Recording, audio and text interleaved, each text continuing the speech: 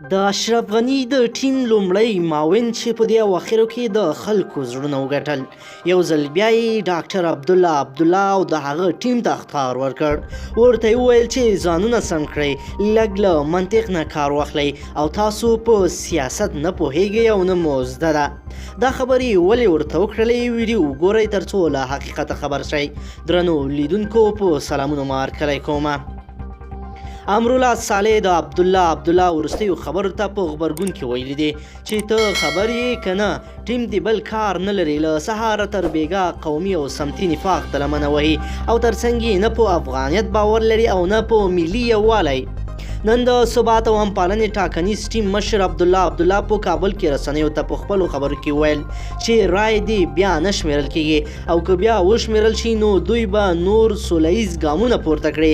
هغه همدار راز ویل چې د ولس له پاکو رایو دفاع کوي او د ولس په پاکو رایو به د ولسمشرۍ څوکۍ ته رسیږي. هغه همدار راز د ټاکنو له بهیر خپل پریکون هم اعلان کړی دی او خپل څارونکي د ټاکنو کمیسیون څخه ورغوښتي دي. د ولسمشر غني په مشرۍ د دولت جوړونکي ټاکنیز ټیم لومړی مرستیار امرالله صالح بیا په خپله فیسبوک پاڼه د عبدالله خبرو ته غبرګون ښکاره کړی دی او هغه ټیم یې په سمتي نفاق تورن کړی دی. هغه همدا راز لیکلی دی چې عبدالله د خلکو له کوم حق د دفاع خبره کوي. هغه ورته وایي تا هیڅ په ټاکنو باور نه درلود، په کومه ورځ چې د ټرمپ او طالبانو پټه اړیکه پرې شوه بیا تر ټاکنو او جمهوریت باوري شوې. امرالله صالح همدا راز وایي چې د ټاکنو خپلواک کمیسیون غړی د ټولو ټاکنیزو ټیمونو له لورې ټاکل شوی دی، خو عبدالله بیا کمشنران په تقلب تورن کړي دي.